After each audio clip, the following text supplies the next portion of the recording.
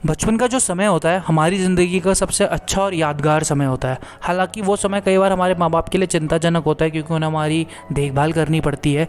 लेकिन मेरे बचपन के सारे किस्से अच्छे नहीं हैं। मेरे बचपन का एक किस्सा इतना बुरा है कि उसे मैं भूलना और भुलाना चाहता हूँ पर आज भी नहीं भुला पाता। ये कहानी काफ़ी साल पहले की है। तब मैं लगभग 9 साल का था और मेरी स्कूल में समर की छुट्टियाँ पड़ चुकी थी। लेकिन तब भी मुझे स्कूल जाना पड़ता था क्योंकि स्कूल द्वारा एक समर कैंप चलाया जा रहा था जिसकी वजह से हर बच्चे को स्कूल आना पड़ता था। लेकिन मैं और मेरे सारे दोस्त स्कूल आना काफ़ी इन्जॉय करते थे क्योंकि हम सब आपस में खूब मस्ती और मौज किया करते थे। क्योंकि उन दिनों पढ़ाया नहीं जाता था, समर कैंप्स में खेल कूद कराया जाता था जो कि काफ़ी अच्छा लगता था। हमें काफ़ी कुछ सीखने को मिलता था और दोस्तों के साथ सुबह जाओ और शाम तक रहो तो काफ़ी अच्छा टाइम था। तो एक दिन हमारे स्कूल वाले हमें एक्टिविटी के लिए स्कूल से सीधा पार्क ले गए। तो पार्क में हम काफ़ी खेल कूद रहा था मैं अपने दोस्तों के साथ। थोड़ी देर बाद मैं अकेले स्विंग पे झूला झूलने के लिए चला गया तो एक आदमी आया मेरे पास पार्क में और उसने मुझे बताया कि वो मेरी मम्मी को जानता है। तो मुझसे बातें करने लगा तो मैं भी उससे बातें करने लगा। बातें करने में वो आदमी काफ़ी अच्छा था, मतलब उसकी बात करने का तरीका काफ़ी अच्छा था। तो उसने मुझे बताया कि आज स्कूल की छुट्टी के बाद मेरे मम्मी पापा मुझे नहीं लेने आ सकते क्योंकि वो काफ़ी बिजी हैं। आज एक्चुअल में मुझे पिकअप करने के लिए स्कूल के बाद वो मुझे लेने के लिए आएगा। तो मैं उससे बात करने लगा। थोड़ी देर बाद उसने मुझे एक कैंडी दी और वो कैंडी मेरे को खाने में काफ़ी अच्छी लगी तो उसने मुझे 2-3 कैंडीज़ और दे दी। तो जब उसने मुझे 2-3 कैंडीज़ और दी और मैंने खाई और मुझे काफ़ी अच्छा लगा तो मैंने कुछ नहीं सोचा। मैंने सोचा क्या पता सच में ऐसे मेरे मम्मी पापा ने भेजा होगा, मेरे मम्मी पापा इस बंदे को जानते होंगे। तो फिर हमारा स्कूल पार्क से हमें सीधा स्कूल में ले गया। पार्क में हमारी एक्टिविटीज़ पूरी हो चुकी थी और शाम को फिर सबके माँ बाप आते थे। जो क्लास टीचर होता था वो खड़ा होता था, सबके माँ बाप आते थे, एक एक करके अपने बच्चों को लेके जाते थे। तो सबकी छुट्टी हो चुकी थी, सब बच्चे धीरे धीरे करके अपने मम्मी पापा के साथ जा रहे थे। तो मेरे मम्मी पापा वहाँ पे नहीं थे, लेकिन वहाँ पे वो लड़का आ रखा था जो मुझसे मिला था। उस आदमी ने मुझे अपना नाम बताया था जिमी। तो जिमी मुझे लेने के लिए आ रखा था। तो जिमी मेरे सामने खड़ा था। तो जिमी सीधा मेरे क्लास टीचर के पास आया। तो उसने बताया कि जैसे उसने मुझे बोला कि मेरे माँ बाप आज मुझे लेने नहीं आ सकते और मैं उन्हीं का फ्रेंड हूँ तो मैं लेने के लिए आऊँ।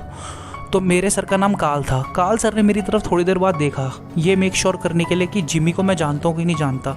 तो मैंने काल सर को अपना सर हिला के इशारा दिया कि हाँ मैं जिमी को बहुत अच्छे से जानता हूँ। तो काल सर ने मुझे हाई फाई दी और बोला ओके एंजॉय, कल मिलते हैं। तो मैं अपने स्कूल के गेट से सीधा जाने लगा जिमी के साथ। तो जब मैं जिमी के साथ जाने लगा तो जिमी थोड़ा तेज़ चलने लगा, पता नहीं क्यों। तो जब वो तेज़ चलने लगा तो मेरे पैर तो छोटे थे क्योंकि मैं बच्चा था, ये भी नहीं सोच रहा था, मुझसे थोड़ा आगे चल रहा था, मुझे जल्दी जल्दी कह रहा था जल्दी चलो जल्दी चलो। तो फिर हम फाइनली जिमी की कार में पहुँचे। तो जिमी ने मुझे पीछे वाली सीट पे बैठा दिया और ख़ुद वो आगे वाली सीट पे, जबकि आगे वाली सीट पे एक ड्राइवर सीट के बगल वाली सीट भी अवेलेबल थी, लेकिन उसने मुझे पीछे वाली सीट पे बैठाया। फिर मैं उसके साथ बैठा तो जिमी ने कार चलानी शुरू करी। थोड़ी देर बाद ही जब मैंने अपने दोस्तों को बाय करने के लिए पीछे मुड़ा तो मैंने देखा कि मेरे मम्मी पापा सामने खड़े थे। मेरे जो टीचर काल थे उन्होंने सिक्योरिटी गार्ड को हमारी गाड़ी की तरफ इशारा करा। तो मैं देख के शॉक हो गया कि मेरे मम्मी पापा क्यों आए। तो मैंने जिमी से कहा गाड़ी रोको, मेरे मम्मी पापा बाहर खड़े। तो जिमी ने कहा रुक जाओ।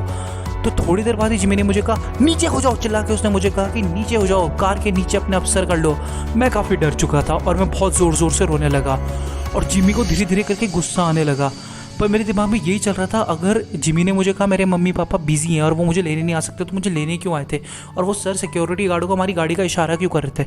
थोड़ी देर बाद ही मुझे लगा शायद मैं अपने घर नहीं जा रहा हूँ। तो मैं उसे कह रहा था मुझे छोड़ दो, मुझे छोड़ दो प्लीज़ जिमी, मुझे छोड़ दो।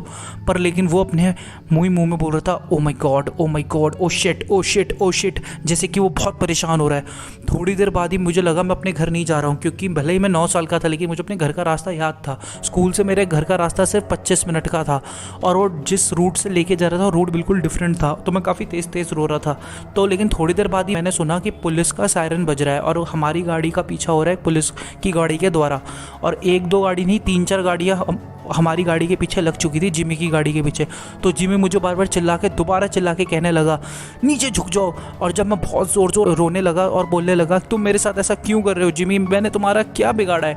तो जिमी मुझसे सॉरी बोलने लगा। वो मुझे बोलने लगा वो बस थोड़ा स्ट्रेस्ड आउट है, वो मेरे मम्मी पापा का ही दोस्त है, शायद ये कहीं और होगा, तुम्हारे मम्मी पापा का शायद काम पूरा हो गया होगा इसलिए तुम्हें लेने आए होंगे। लेकिन वो गाड़ी नॉर्मल स्पीड से बहुत तेज़ चला रहा था तो मैं समझ चुका था जिमी मेरे को नहीं जानता। लेकिन पुलिस हमारा बहुत अच्छे से पीछा कर रही थी। तो फाइनली एक पुलिस की गाड़ी सामने से होगी आ गई, तो जिमी को कार का ब्रेक लगाना पड़ा और जिमी ने कार रोकी और सीधा उस पुलिस वाले ने निकाल ली अपनी गन और जिमी की तरफ करी और सीधा पीछे से जो पुलिस की गाड़ी पीछे करी थी उन्होंने भी हमें चारों ओर से घेर लिया। एक पुलिस वाले ने चिल्ला के बोला कार से बाहर निकलो। तो जैसे ही जिमी कार से बाहर निकला उन्होंने जिमी को हवा में दोनों हाथ उठाने के लिए कहा। तो जिमी ने जैसे ही हवा में दोनों हाथ उठाए तो पीछे से दूसरे पुलिस वाले आए और उन्होंने सीधा जिमी को ज़मीन पे नीचे धकेल दिया और उसे पीठ के बल लेटा दिया और उसके दोनों हाथों पे हथकड़ी लगा दी। तो जैसे ही उन्होंने मुझे कार से उतारा पुलिस वालों ने मुझे सबसे पहले कंफर्टेबल फील कराया। उन्होंने बोला कोई बात नहीं बेटा, तुम्हारे मम्मी पापा आ रहे हैं, डरो मत, वो आ रहे हैं। तो उन्होंने पुलिस वालों ने मुझे काफ़ी अच्छे से कंफर्टेबल फील कराया। फिर थोड़ी देर बाद ही मैंने देखा, जब मैंने रोना बंद कर दिया, कि मेरी मम्मी की कार आई और उसमें से मेरे मम्मी पापा निकले। मेरी मम्मी कार से निकली, वो काफ़ी रो रही थी और उन्होंने रोते रोते मुझे गले लगा लिया। मैं काफ़ी डर चुका था। आगे जाके जब मैं बड़ा हुआ तो मेरे माँ बाप ने मुझे बताया वो कोई और नहीं, वो एक बहुत ही बड़ा किडनैपर था जो बच्चों को किडनैप करके उन्हें मार दिया करता था और उस चीज़ में मज़ा आता था। वो कोई सीरियल किलर टाइप का बंदा था। जिमी एक सीरियल किलर था जो इससे पहले टोटल 6 बच्चों को और को मार चुका था और जिमी का काम यही था, उसे बच्चों को मारने में मज़ा आता था। आज भी इस दुनिया में जिमी जैसे लोग मौजूद हैं, इसलिए हम सबको काफ़ी सावधान रहना चाहिए और अपने आसपास वालों की हमेशा देखभाल करनी चाहिए।